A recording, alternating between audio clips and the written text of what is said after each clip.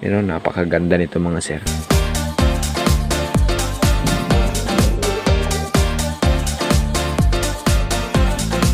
Extreme bright. Ayan, grabe, napakalakas ko.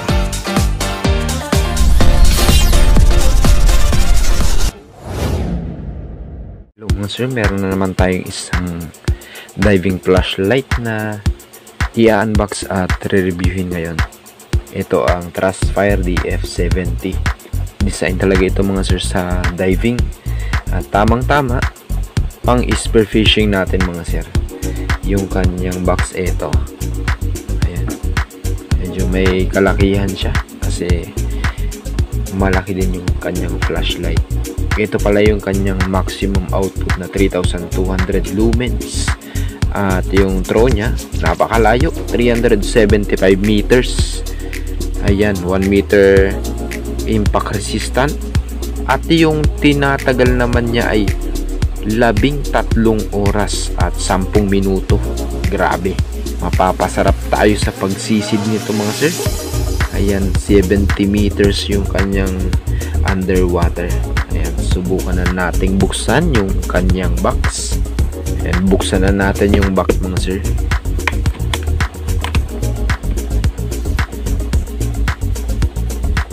Ayan, ito na pala yung laman mga sir. Meron siya mga sir na user manual na merong kasamang hand rope at 4 na spare o-ring. Meron siyang kasamang 2 battery na ang size ay 26650. Ayan, 3.7 volts. Ayan, hindi mawawala yung charging cable at yung pinakang charger niya. Ayan, bale ito dito ilalagay, dito i-charge ito.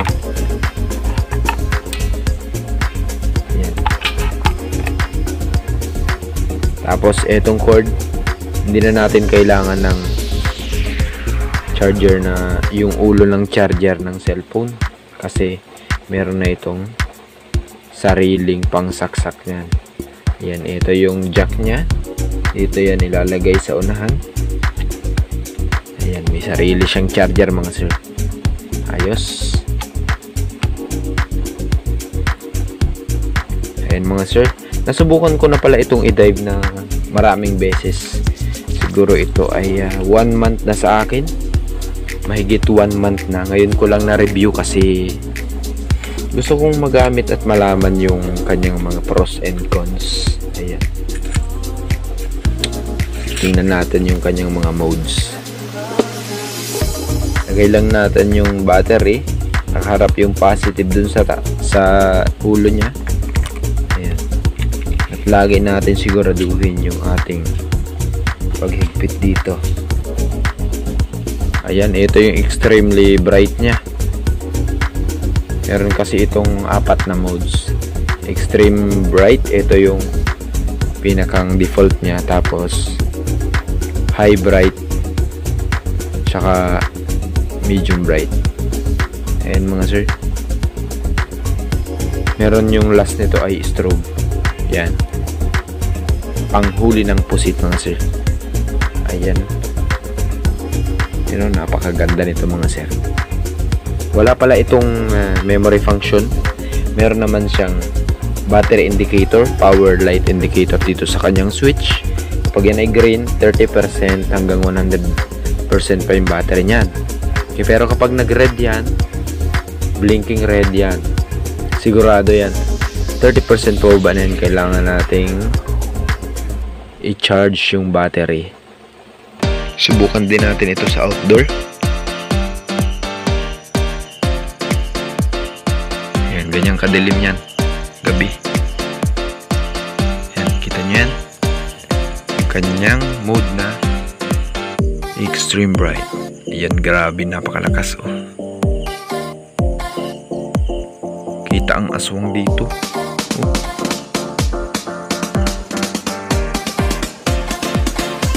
Yan yung medium bright, high bright pala.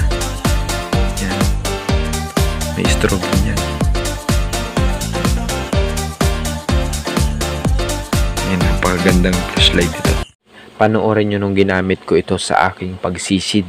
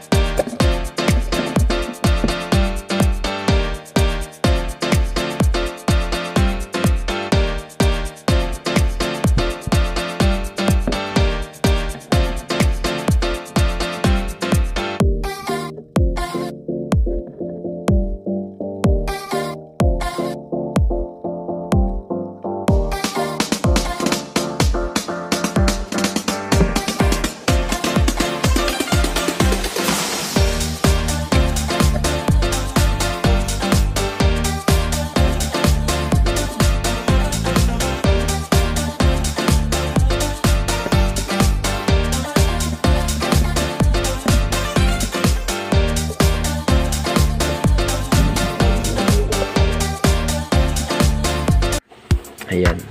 Para mas maganda yung sisid natin mga sir, lagi nating siguraduhin full charge yung ating battery. Kasi itong diving flashlight na dito mga sir, sa kinatagal-tagal ko nang ginamit ito, halos ito na yung main hunting light ko na ginagamit. Bukod dun sa aking video light, ito yung pinakang ginagamit ko paghanap ng isda. Kasi napakaganda nung kanyang long range na 375 meters na throw. Panghanap talaga siya kahit malalim yung tubig, kahit malalim yung sisid natin, kitang kita pa rin yung nasa ilalim. Mga 6 na dip pa, yan, kitang kita pa rin ito mga sir. Kahit na medyo malabo-labo pa ng konti, kaganda. At talaga naman yung pinakang nagustuhan ko dito, napakatagal nung kanyang battery life. Ito ay ginagamit ko mga sir, yung kanyang high brightness mode. Yung kanyang high brightness mode.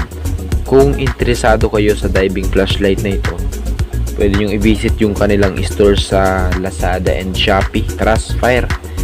Ayan, ipipaste namin yung link sa description ng video na ito sa ibaba para madirect kayo na mapunta doon sa kanilang store. Ayan, sana ay, at kung nagustuhan nyo ang video na ito, sana ipag-subscribe nyo naman ang aming channel para sa mga susunod naming video, ma-notify din kayo sa pag-click nyo ng notification bell. Ayan, maraming salamat po sa inyong panonood. And God bless you all.